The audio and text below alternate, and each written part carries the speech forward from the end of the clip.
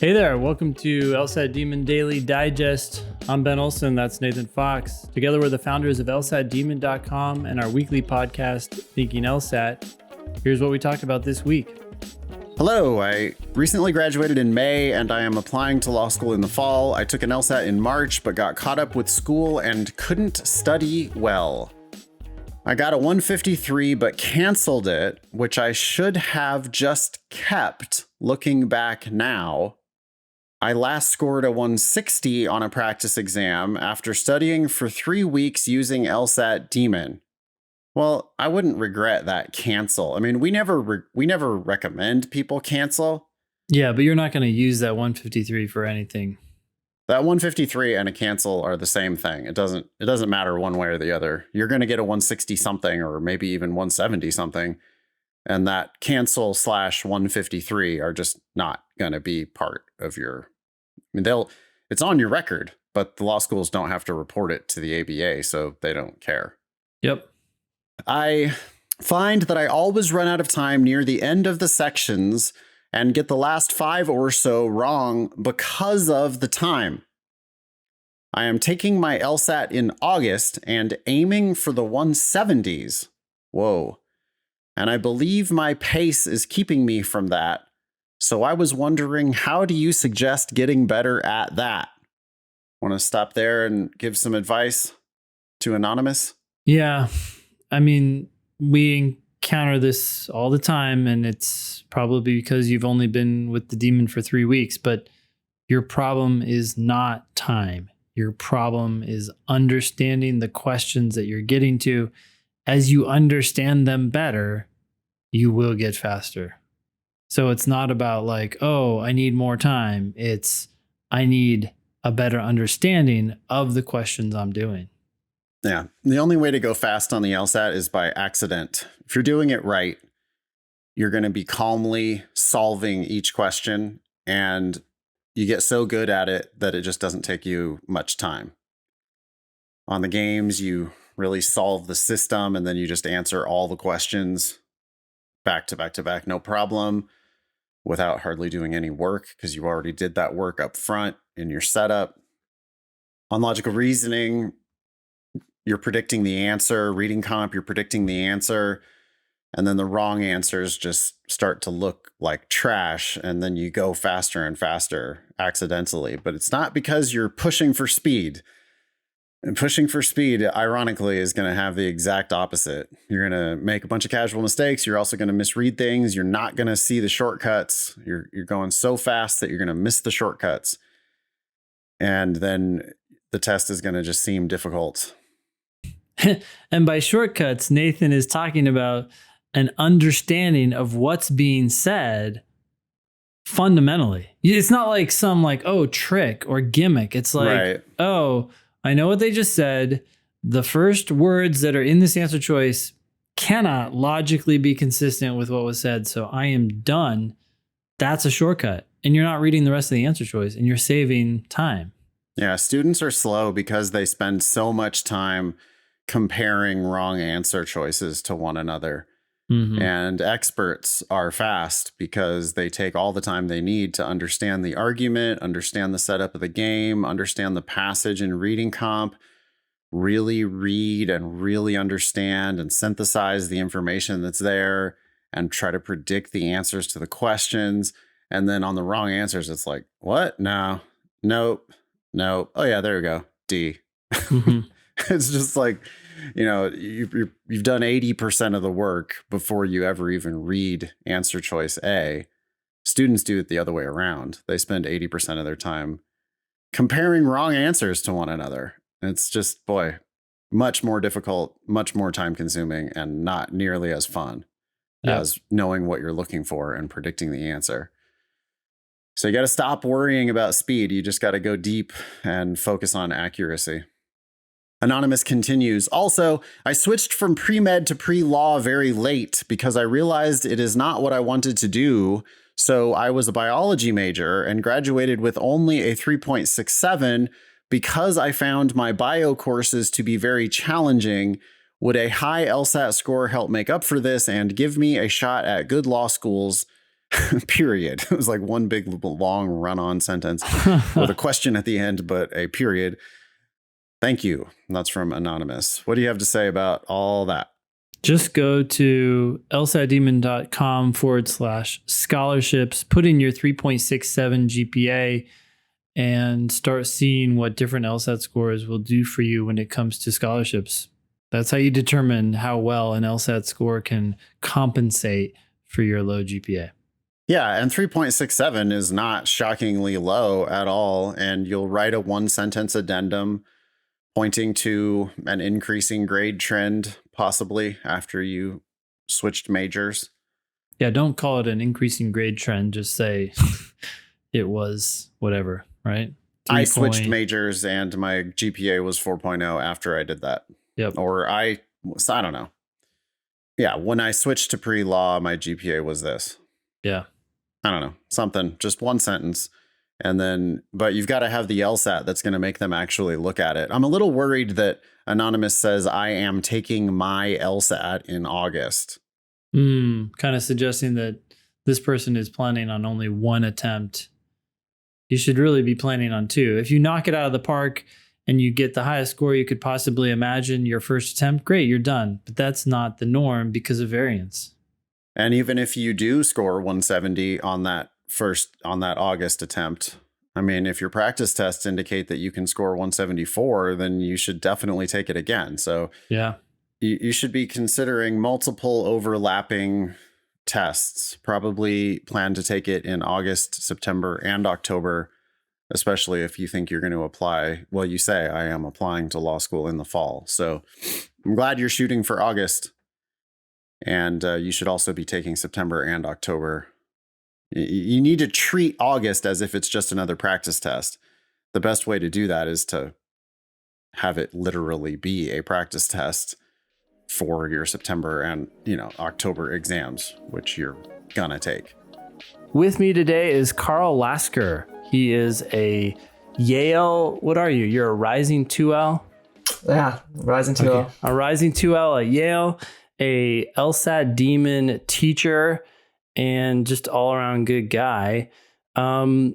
Today, I asked you to come on the show, Carl, and thanks for making the time to do it, because you taught a class on Tuesday called LR Mastery, right? And anyone who takes a class in the Demon, they can leave feedback. They can leave like a 1 to 5 star rating, and then they can comment if they want to. Whenever people do that, we end up getting that feedback so we can try to make all the classes better. And this one came in, and it came in anonymously, but it said, it gave you a 5-star rating, which is great. But the comment said, Carl's LR class was the best one I've attended on the Demon. So, that's pretty good, Carl. It's the best class ever for this person. He offers lucid explanations for each answer choice of each problem and is loaded with effective strategies. How do you feel so far? I'm loving what Anonymous has to say. This is a great podcast episode, right? It's all well, I think the context is that I taught with the Demon for a year, over a year actually, and then I took a break for law school. And so when I came back, all the students were new to me, and I could kind of rapid fire through every strategy I had, and it would be like completely new information, right? So I had like this year experience, but then no one knew who I was because I was away for so long. And so it almost felt like a greatest hit show during the class a little bit. You had all this buildup you wanted to share, and you didn't feel like you were repeating yourself from just the week prior or something. Yeah, and sometimes, it's similar information to what other instructors say, but presented differently. Yeah. And then some things just click with certain people, maybe. So this review continues. I've been applying one of the LR reading strategies that he so nonchalantly dropped in class, and it has not only helped me in LR, but also RC. After implementing that reading approach, I feel so much more confident in tackling LR and RC. Okay, well, to be honest, we get a lot of these sort of positive reviews. Sometimes, of course, we get negative ones, and we want to figure out what happened and try to make the class better. But, this person seemed particularly excited about one of the LR reading strategies that you shared in class. So I was like, hey, I forwarded this to you and I said, Carl, do you know what specifically you said? And you sent me back 3 possible ideas because you weren't totally sure. Yeah, and the first one started. But... okay, so maybe it's not even one of those. But the first one had to do with Mario. And so I was like, okay, well, maybe we should just share this on the Demon Daily podcast.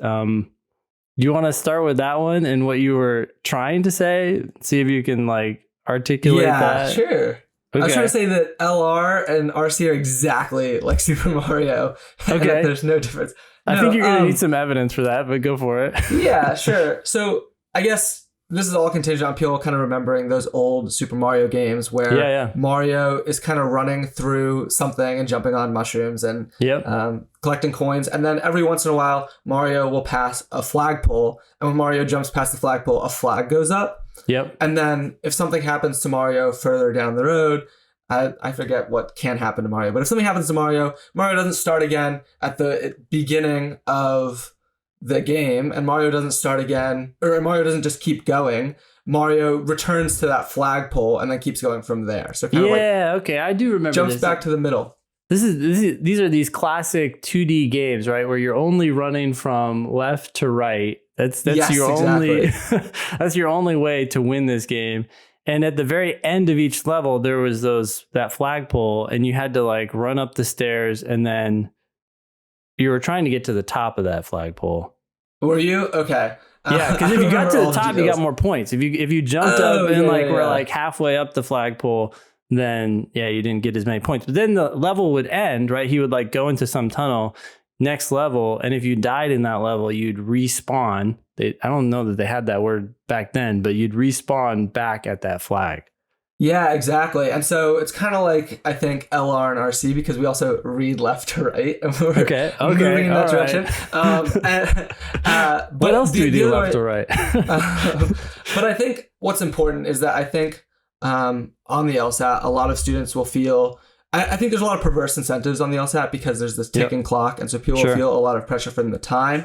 Yep. And then I think a lot of students will know that they are going to have to answer a question at the end, right? Yeah. And so a lot of students think, well, if I have this ticking clock and I know I need to get to the question and I can't even collect points in the passage, I think I need to zoom through the passage to read the question, and then I'll figure out what's going on in the answer choices. Or I'll kind of reverse engineer once I see the answer choices and work through it, because I know going through 5 answer choices is already going to take me a lot of time, and I have to go through all 5. There's just not enough time to go through the passage too. And I think the tricky thing about that is that students are missing the fact that if they engage more with the passage up front, then they'll spend less time in the answer choices. And this is kind of blending a few of my strategies, I'm realizing as I talk about it. But I think it all is important in that I think what we need to do is read to understand and not skip anything. But that also means that we can't push through the end if we don't understand what we've read before it. And so I think a lot of times we talk at the team about how you should never finish reading a sentence and not know what's going on and then keep reading the next one. You should always know what you've read in the past before starting the next sentence in LR or the next sentence in RC. And so that's where the idea of Mario Kart, or not Mario Kart, Super Mario Brothers comes in, right? I imagine as I'm reading through, I'm understanding, and I'm putting everything into context. And then sometimes I'll reach a point where maybe I zoned out, or maybe I am it's too dense and I don't understand what's going on. And then I feel like I'm kind of at a crossroads as a reader where I can keep going and push through to the end and not really understand, or I can kind of return back to the middle of the passage. And so some students will return to the beginning, some students will read all the way through. I think the best way to do it is to kind of read each sentence one at a time, understand, and then when you reach the end of each sentence, treat it as a flag post in Super Mario and a new checkpoint. And so as I'm reading, I'm kind of going, okay, I understand everything up until this period, and then I start the next sentence, right, as one does. And then if I realize I'm not understanding, instead of pushing through, I jump back in the passage to the last point at which I know I understand everything ahead of this, but once I move past this, I got lost, and I keep reading from there until I understand. And so I think it's so important because I'm not saying that if you don't understand something, you have to reread all the things that you already do understand, but I am saying if you find yourself not understanding something, you should go back and reread that section, or go back to the point at which you know what comes before and keep reading from there, so that you're not jumping into a third and a fourth sentence without knowing what comes in the first and the second sentence. Because, I mean, if you're confused after sentence 2, it's only going to get worse by the time you're sentence 4. Else that's going to drag you all over the place. Yeah, absolutely. So that's kind of what I had in mind when I'm talking about Super Mario Bros. No, it's, I mean, and if you're really doing it right, then your previous checkpoint should be no more than one sentence away, right? Yeah, or even one clause. Like for checkpoints, I'm thinking punctuation marks primarily. Yep. Yeah, it's true. That's commas, semicolons, right? These punctuation marks that the LSAT likes to use. It's like, hey, if you feel like the passage, or I shouldn't even say passage, if you feel like the sentence is getting away from you, then that's fine. Just stop there. There's no one saying, hey, you need to read that entire sentence before you can take stock of it and figure out what it means. Like, you can plant that flagpole halfway through that sentence and be like, yeah, okay, exactly. I get it now, and let's go on. So it's almost like you came up with this idea because people were seeing the questions, or are seeing the questions, as rewards, right? Or like that's where the money is, so to speak. And it's like, no, actually the money is all through the passage. You just have to realize that it's there and collect those points as you're going through the passage. Yeah, and I think I also, like, when I began studying myself for the LSAT way back when it was paper and pencil, if you can believe that. I did the same thing. And so, because I knew that it would take me a while to go through the 5 answer choices, no matter how much time I spent on the passage. And this was particularly tricky for me on reading comp because the passages are longer. But I kind of almost knew, like, well, I have this time that I'm going to have to spend on the questions. It's probably going to be the same amount of time no matter what. So maybe I can save time by reducing it in the passage. But again, it's not the same amount of time no matter what. And once I realized that I would spend less time in the answer choices if I spent more time in the passage, I really got faster, because there's 5 answer choices and some of them are long, and there's one passage, and the passage is your best friend. So I would much rather slow down to speed up, read the one passage to then save time reading the 5 answer choices. Absolutely. Okay, cool. Hey, another thing you mentioned in your email when you responded to me was you said that the beginning of the passage is harder or something like that. Yeah, I would go a step further as to say, I think that the first sentence you read in every passage is the hardest sentence. Sure. And the reason I think that is because before you read the first sentence, you have no idea what you're going to read. You could be reading about helicopters, you could be reading about killer whales, you could be reading about Super Mario running past flagpoles. I mean, it could be anything. Anything. And often these topics are unfamiliar to people who are reading them, right, for the first time. Yeah. It's like some painting technique from the 1700s. It's like no one has ever cared or thought about that before. Yeah. Yeah. And sometimes also I feel like I just would sometimes have trouble transitioning. And so I might not even be in the passage when I first start reading the first sentence. Like, I may start reading kind of passively and then realize I'm not actually I'm reading the words, but they're not entering my brain. And I think that's way more likely to happen to me in sentence 1 than in sentence 3 when I'm already kind of reading and understanding. And so I would, like, very often read the first sentence twice. And I think I'd get nervous about that because I'd, again, be like, I have to get to the end of the passage. There's this perverse time pressure on me, and I'm spending so much time in the beginning that I don't even know what the passage is talking about. But what I think I failed to realize is that the first sentence is so difficult because I can't predict what's going to come in the first sentence. I can't put it in context of what comes before. Whereas after each sentence you read, after each Mario checkpoint you pass, you have that much more information to predict what's going to come next, and that much more context to put the next sentence in. And so what I found is that on, like, RC, first sentence, hardest sentence, first paragraph, hardest paragraph. And if I really spent a lot of time in the very beginning, figured out what the topic was and what the argument might be, then by the time I'm reaching the last sentence, or by the time I'm reaching even the last paragraph on reading comp, a lot of times I already know what the whole thing is going to say. And so I'm making all that time back and more by engaging more at the very beginning when I don't have context, and then I'm allowing that context to help me predict what is going to come down the road. And so I think I say this because a lot of students will, especially on reading comp actually, get into, like, the third or fourth paragraph, and that's when they'll start slowing down and trying to understand because they'll realize they're confused. But then, like we talked about earlier, at this point, like in theory, if you're using the Mario checkpoints, you're never going a sentence or two ahead. At this point, people sometimes are 3 or 4 sentences down the line, and so it can be like a little more confusing about where do I jump back to? I don't really understand what's going on, and that's because you're trying to start investing time mid-passage without having built up an understanding of what the passage is actually talking about. Yeah, it's almost like the Mario checkpoints. You remember you had to jump to the top to get the most points, and if you ran right from the top of the stairs and jumped at the right place, you could get to the top of that flagpole. Otherwise, you get to the middle or whatever. And it's almost like the flagpoles earlier on in the passage are taller, and you need to make the effort to like really hit the top of that flagpole. And if you do, and you get it, then all the other flagpoles start to get shorter. If you don't do it though, they actually start to get taller, I think. Like you really? Carry these assumptions right with you where, no, not in the actual game. I'm just saying like. Oh, in this. Yeah, no, 100%. We're going. Too much Mario. Yeah, too much Mario. But the point is that like you're saying, if you're not investing in that first sentence and in the second sentence and in the first paragraph, then you not only get confused later because you don't have the information that they expect you to have, you're also bringing in all these assumptions. Like when people miss stuff, they start putting in their own assumptions of what they think the author is saying. And it's the kind of assumptions that I don't know how the test writers do this, but they almost seem to anticipate what these people are going to yeah, it is really interesting. Assume. And then the questions, like leverage that or pry on that, or what is it? I don't know if that's the right. Yeah, I mean, they take advantage of maybe like the worst thing I think you can feel as a test taker is stress that you're looking at the clock, counting down and thinking, oh, I'm still in the third sentence of the passage. Because then you're thinking that you need to race much further ahead and then it's actually going to take you longer to go through the passage. And then it's going to take you far longer to then like try and solve the question by reading each answer choice and comparing it back to the passage. Instead of actually already knowing, having a prediction about what a correct answer is going to look like, and then going and identifying it within the 5 choices. Yeah.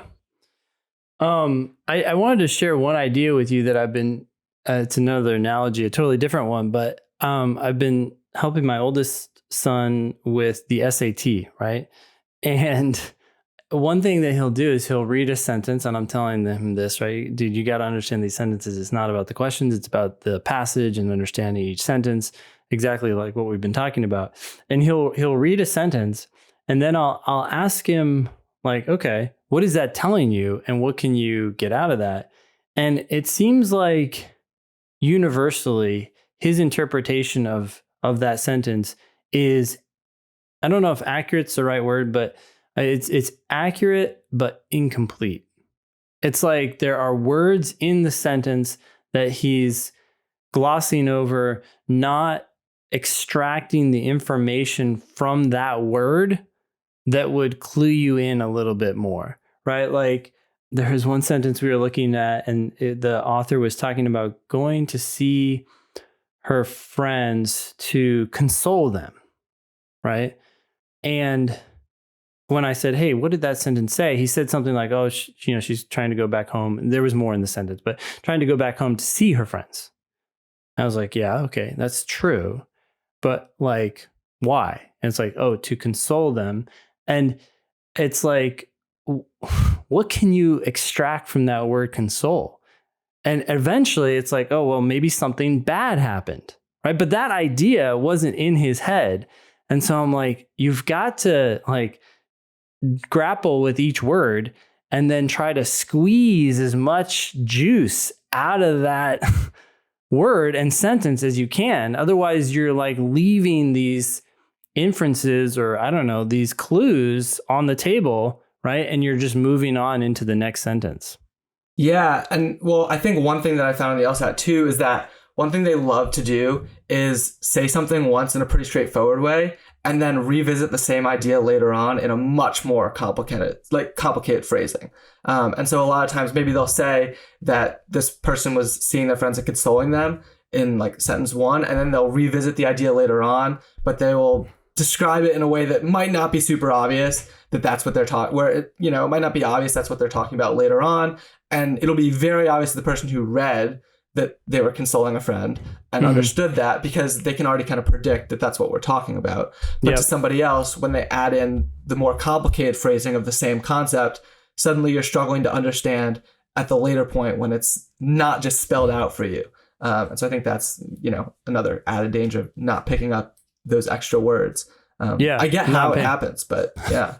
Yeah. Well, also if you recognize like, oh, console, they don't say it in the sentence, but obviously something must have happened. Like you don't go console people just to console them, you know? It's like, so something happened. And then when they talk about that later, you almost see it as two separate events. It's like, okay, we had this person going to see their friends, and then we had this like bad thing that happened, and you're not putting them together. It's like, or you don't even know, like you said, they use convoluted language. So you don't even realize that it's something that's bad that happened, and that it's the thing that probably prompted their friends to need consoling, right? And it's like, you're just not putting the dots together.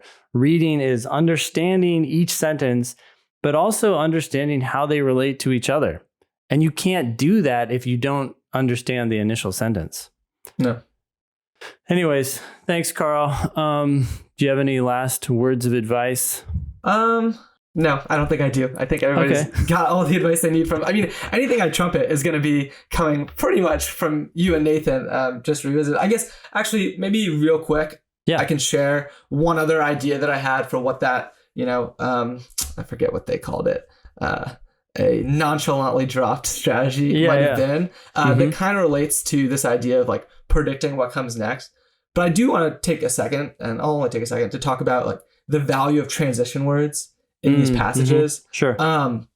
Because transition words were my best friend as a reader, particularly however. I love however, and the reason that I love however, but really any transition word, furthermore, you know, any of those, is that every time I see that word, I know exactly what's going to come after it, because it's, the word is like referencing the sentence that came before it. And so if I've read and understood a sentence that says maybe like, I am running out of time to pick up groceries this week or something, I don't know. And then I see a however, I know that the next sentence is going to just say something to the opposite effect of what I expect if I'm running out of time to pick up groceries. Like, however, maybe I was able to ask a friend to do it, or however, maybe I have enough groceries. It's something that's going to be, you know, the opposite. Sure. And so a lot of times I found on the LSAT, the first sentence will be pretty straightforward. Then they'll drop a transition word, and then they'll follow it up with a doozy. But what's really nice is that I think if someone's reading intentionally and methodically, they should know what's going to come next. And so they already know the meaning of that very complicated doozy sentence. And so it's a lot easier to work your way through a sentence that's complicated if you already know what it's trying to tell you. Like it's like, you know the answer, you just don't know how they're going to get to the answer. And so it's much easier to understand something when you see the answer than it is to understand something when you have no idea what they're trying to tell you. And so the other thing I'd say to people is transition words are your best friends. But, you know, slow down to speed up. You have to make 2 mistakes when it's a question. All the greatest hits are things that I'd recommend people do, but the best thing people can do is kind of trust the process and, you know, keep studying with the demon. We have an email here from Daisha. Hey, Ben and Nathan, I hope you guys are well. Last weekend, I took the June LSAT, and thanks to you guys and the demon, I felt more confident than ever. I heard some interesting statistics on the recent LSATs and wanted to hear your guys' opinion. On the PowerScore podcast, they talked about how the number of test takers has declined this spring. They talked about how the number of test takers on the June 2022 test was 50% less than the number on the June 2021 test. They said that this means that the cycle may not be as competitive, which is surprising to me because I know we're on the brink of a recession. And I remember when you guys said that bad economic situations usually lead to more post-grad admissions. Not only have we said that, but we're just repeating what many economists have pointed out for years.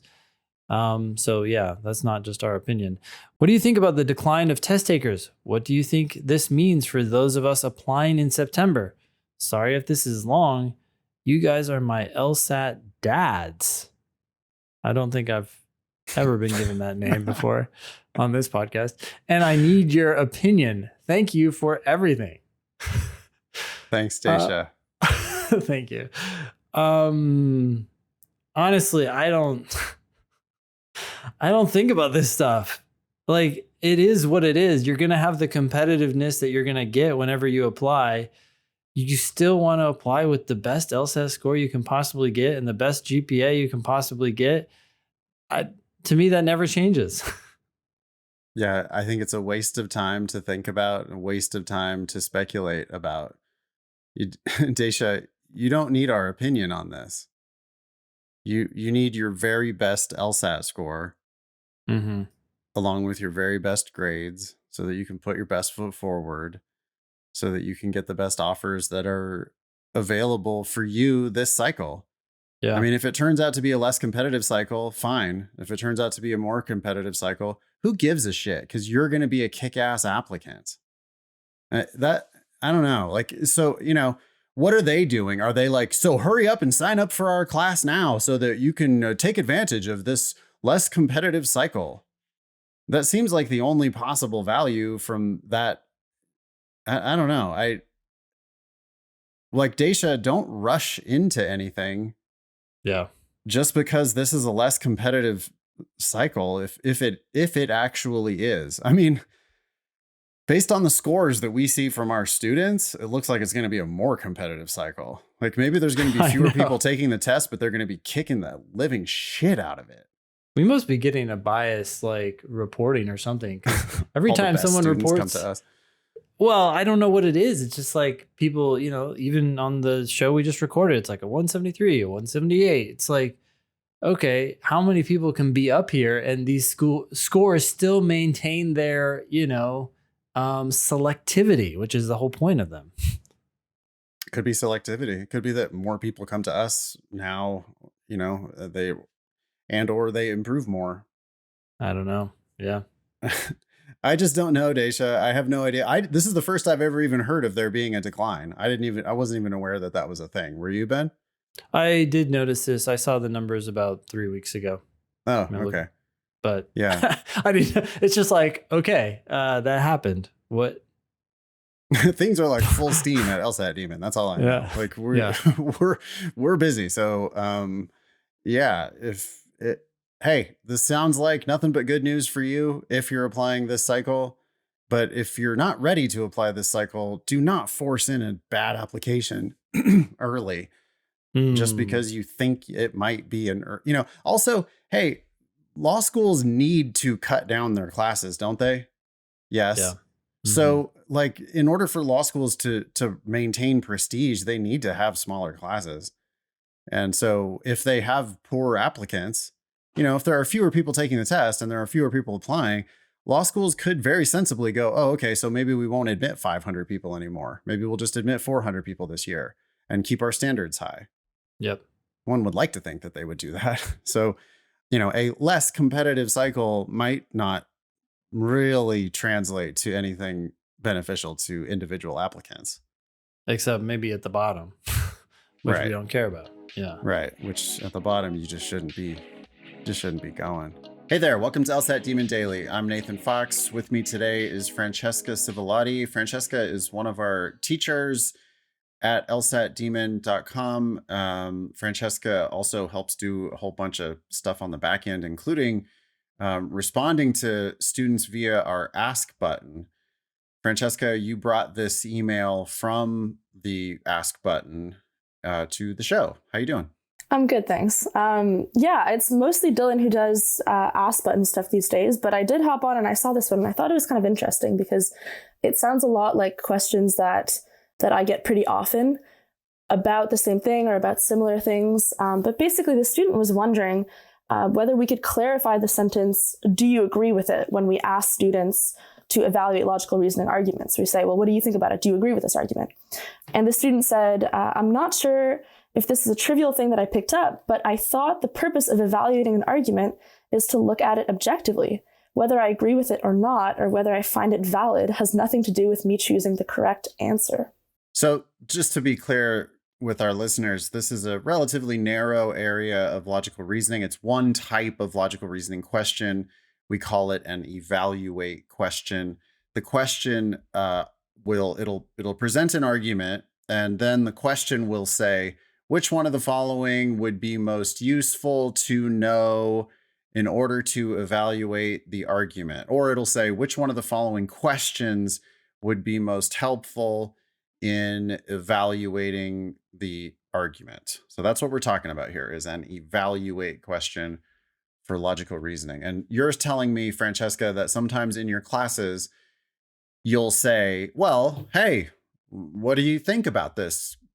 What do you think about the argument? You'll ask that to a student.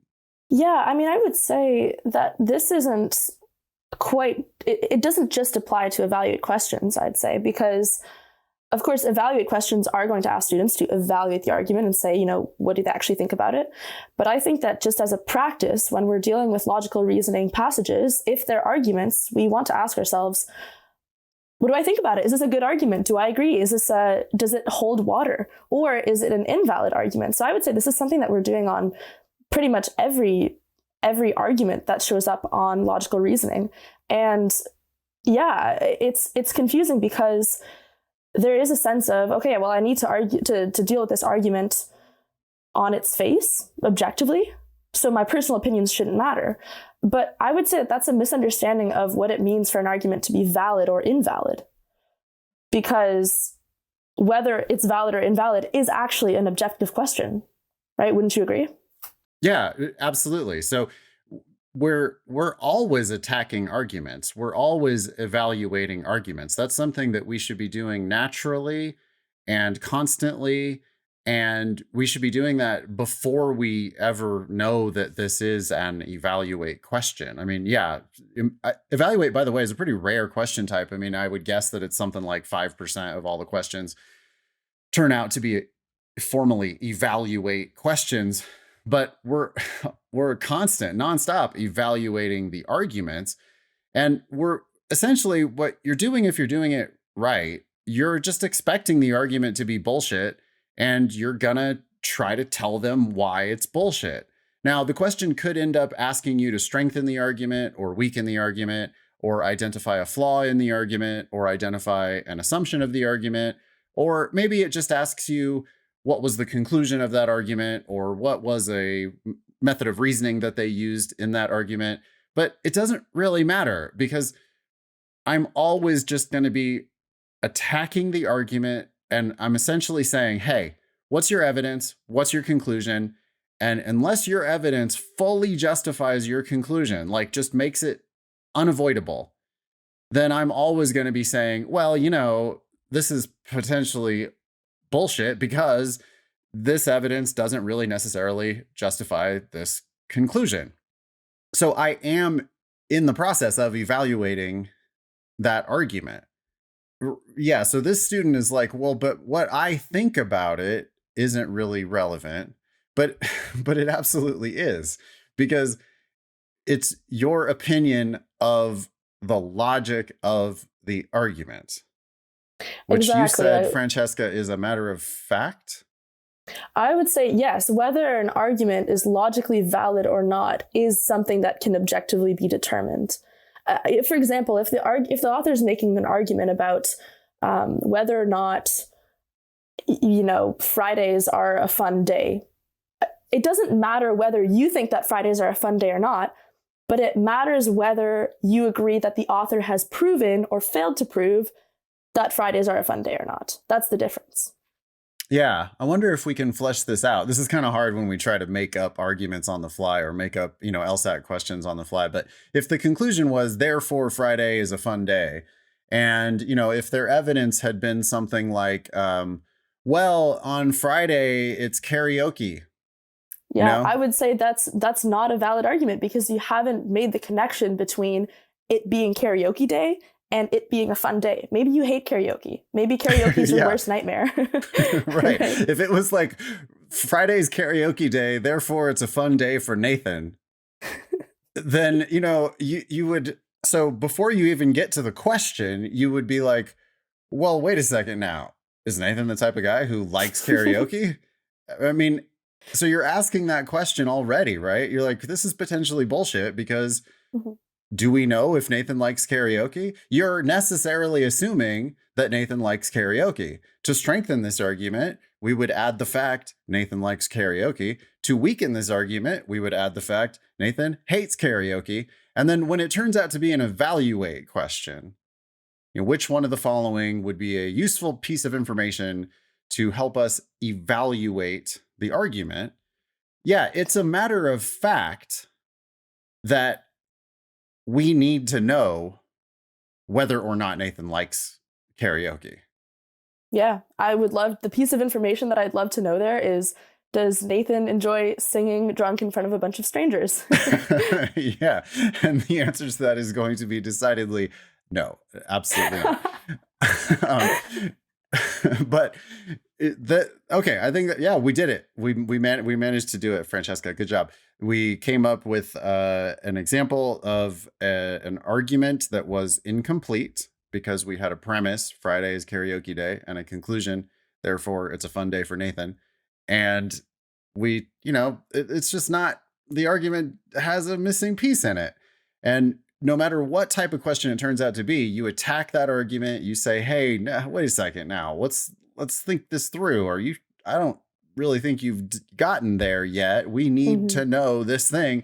And then, yeah, no matter what type of question it turns out to be, that missing piece of information is going to be the answer. When it's an evaluate question formally, it's really just like, hey, what do you need to know? Yeah, to circle back to this student's question, and I mean, tell me if you disagree, but how I would put this the most succinctly, I would say, is I don't care about how you feel about the conclusion, about the thing that is being tried to be the thing that you're trying to prove, but I care about how you feel about the argument and how you got to that conclusion. Yeah, we're not asking you for your opinion of whether Nathan likes karaoke.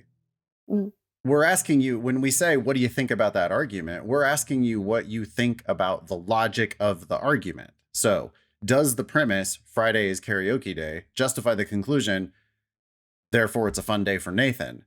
And you need to be able to say, well, I don't even know who Nathan is, but we need to know if we're evaluating this argument. And by the way, both teams should be doing this, right? Like if you're the prosecution or if you're the defense, you should be looking at that argument and going, well, clearly the thing that's missing here. And this is like an issue spotting, this is very law school, by the way. This is like exactly what you're going to be doing on your exams in law school. You're going to be spotting the issue. You're going to be going, well, the critical thing we need to know here is whether Nathan likes karaoke. And you spot that, and then the question that they ask you, you've already answered it before they even ask you the question. And that's really, when you're doing logical reasoning, the easy way. Totally. Cool. Thanks for bringing this to the show. Anything else you want to say about it before we wrap it up? I don't think so. Good luck studying to the student who wrote this in. Yeah, it's easier than you think, like you should be, I think frequently on an evaluate question, you're sort of predicting it before you even read the question, right? You're just attacking the argument, and it's not a surprise when they say, hey, what's the piece of information that we really need to know? Because you should have, as a lawyer, already spotted, yeah, here's the piece of information that we need to know. Yeah, I think it's important to just double click on the fact that we're doing this on pretty much every question. This is why we don't teach in terms of question types, is because the process is the same. Whatever the question's going to ask you, that's want to dig into the argument. Yeah, so you just said something that I like. You said we don't, well, I want to clarify a little bit. You said we don't teach in terms of question types. And that's slightly wrong, because question types do matter, like the difference between a sufficient assumption question and a necessary assumption question. It's two different types of questions that they're asking you, and you might need to learn a little bit of the theory, behind the organization of the test. But you're absolutely 100% right that we don't lead with question types. We're not reading the question first. We're always reading the argument first, because that's the easy way. Why don't you read the question first? Because it's just easier not to. All right. It's easier to attack these arguments, know what's missing.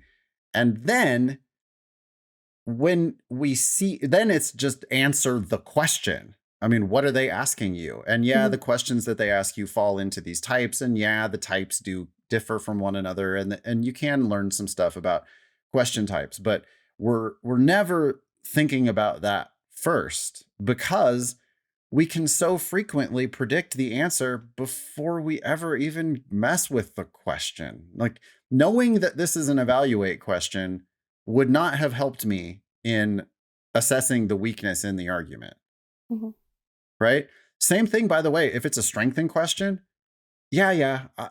or it's a weaken question, whatever. I don't need to know whose team I'm playing for. I need to know, let's look at the battleground. The argument is the field of battle, right? And so why not just see what's going on in the battle? Then if it says, well, you're playing for this team, you know what you would do, or you're playing for that team, you know what you would do.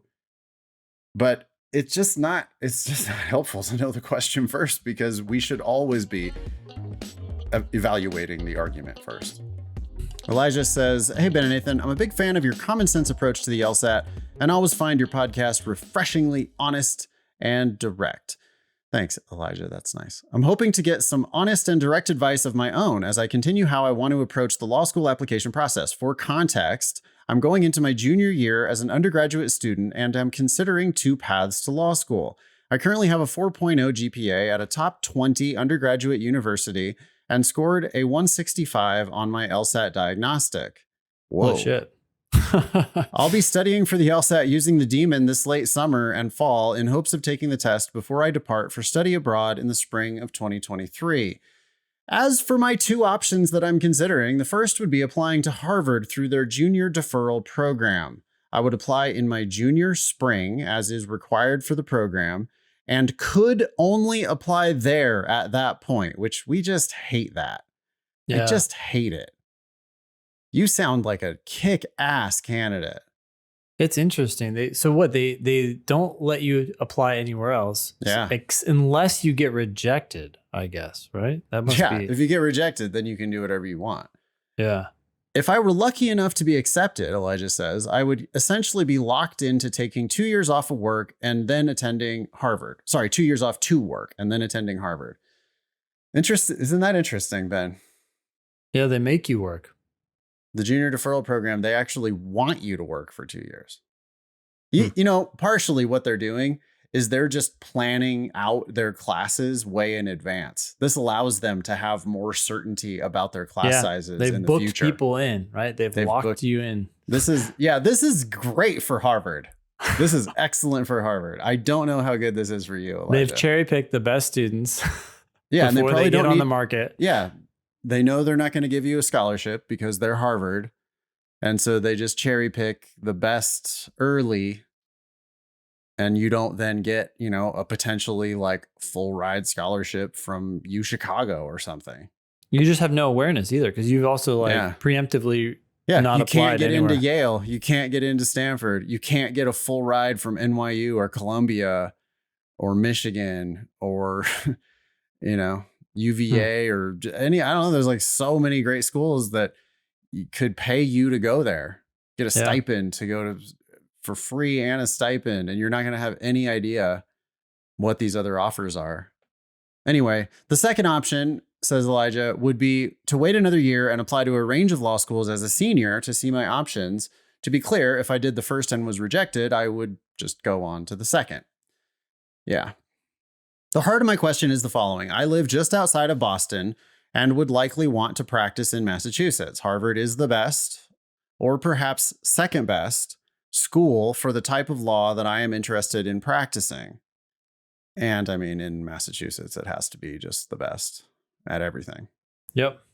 Is it worth foregoing the scholarship offers that I might get if I waited and didn't apply to the junior deferral program? As is probably apparent, if I got into Harvard, I would obviously accept, despite the extra debt that I would accumulate relative to a school with a merit scholarship.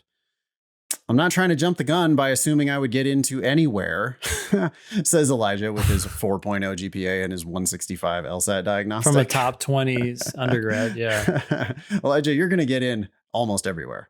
Yep.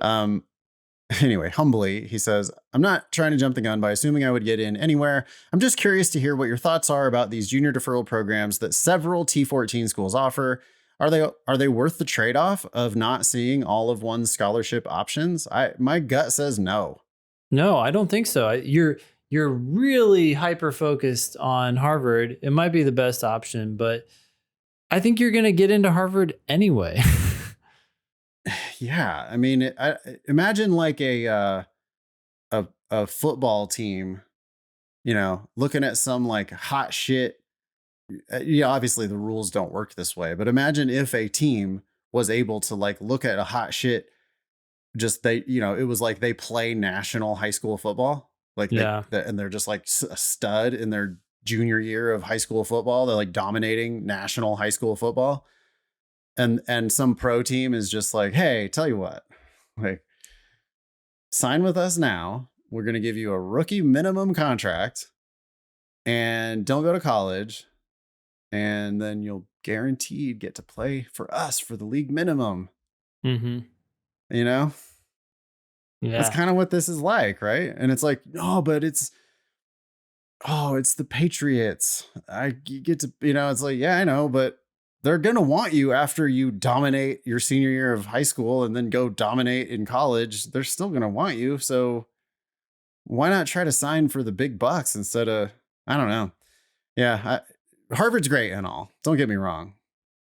But I feel like you're a good enough applicant that they're going to want you anyway. Yeah. And you could go for free to some amazing programs. I don't know. The 2-year thing too is a little strange, right? Like, okay, now I have to go work for 2 years. That could be a good thing for you, but why not 1 year? You're Nothing's just giving stopping you from doing that anyway. Yeah. It's just you would have the option to do it instead of them telling you. I mean, it's so good for them that it almost has to be bad for you, right? It's like they're putting you in their schedule way in advance. Mm-hmm. And it's like, yeah, okay, that might work out for me, but maybe I want to go somewhere else. Mm-hmm. I don't know. Like, they can do it because they're Harvard, but I feel like you're a good enough applicant and you're a savvy enough applicant because you listen to us that I don't know that there's other ways. Like, you could end up getting into Harvard via the normal way, but you also could get some better offer from, because you're not getting a scholarship anyway. So what if you get into actual Yale, or what if you get into Stanford and decide that you'd like to get out of the winters for a little while? Or what if you get a full ride to some other kick-ass place? I don't know. That just doesn't seem that great to me. Nope. Unless you're really, really sure that you only want to go to Harvard. I guess I would do it if I was 100% like, yep, I'll go to Harvard no matter what. Then I guess I would do it. But how do you know that? That's the thing. It's hard to make that decision until you have the other offers in front of you. Yeah, you won't know how you feel if you foreclose all of those offers. You won't know how you would have felt, right? I mean, you'll just be like, nah, it's Harvard for me. That's it. I mean, Elijah does know what area of law he wants to practice. Talk to more people. If you're really sure, maybe it's worth it. But default presumption is no. Default presumption is definitely no. Like, yeah. I mean, he says, I would likely want to practice in Massachusetts. What if not? What if you decide you don't like your family that much? What if you decide you don't like winter that much? What if you meet somebody that you really do like a lot and they're in Silicon Valley? What if, I don't know, a lot of what ifs. You're just closing off a lot of doors with this. Yeah. It's opening one real nice one. But yeah, closing too many others, I think. I mean, and at some point you do have to close those doors. There's a lot of value in closing doors, but I don't know. Yeah. That's true. I mean, the counter argument is like, well, you can just stop even worrying about all this other bullshit.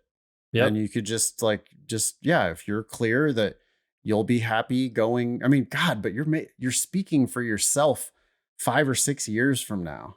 Mm-hmm.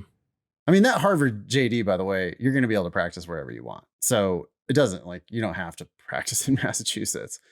it's the best for practicing in Massachusetts, but you definitely don't have to practice in Massachusetts. But you are speaking for yourself, because it's junior year, senior year, then 2 years of work, then 5 years from now, you're like saying, yes, I will start law school at Harvard Law 5 years from now and graduate from Harvard Law School 8 years from now.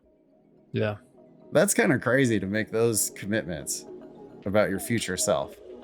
Email daily at lsatdemon.com if you'd like to ask us a question or share some LSAT or law school admissions news.